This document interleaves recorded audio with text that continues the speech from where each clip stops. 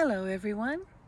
Today is August the 9th, 2024, and I decided to focus on some of the dahlias that are doing pretty well in my garden today.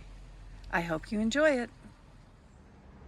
I think my favorite dahlia would have to be this glorious one that's growing in my container cutting garden.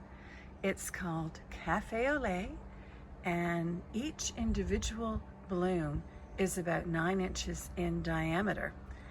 And this one's been blooming for a couple of weeks, actually, I think since about the middle of July, which is quite early.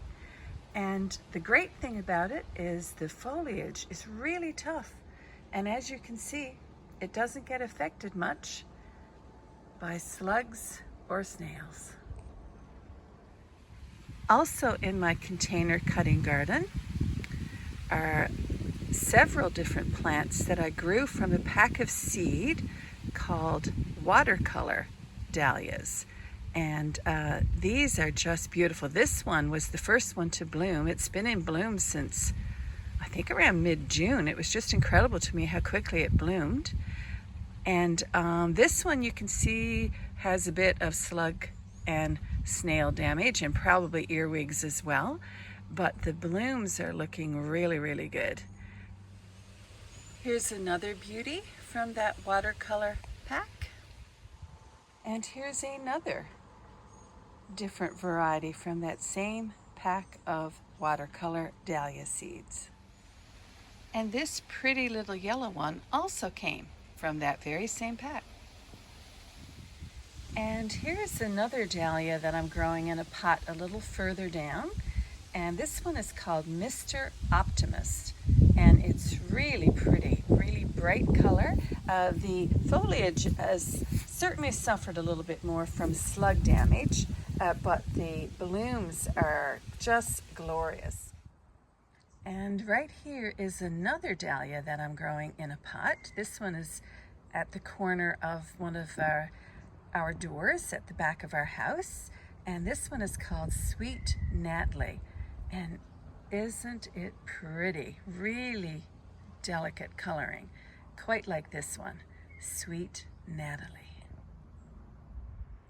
Echoing the color of the beautiful apricot begonias that are in my window box over there is this glorious dahlia planted in my front bed, and it's called Lark E.B.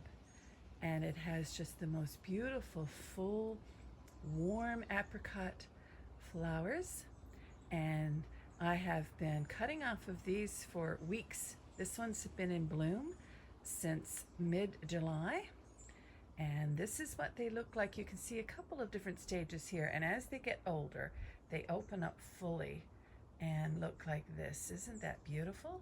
And I'm happy to say tons of buds for more to follow.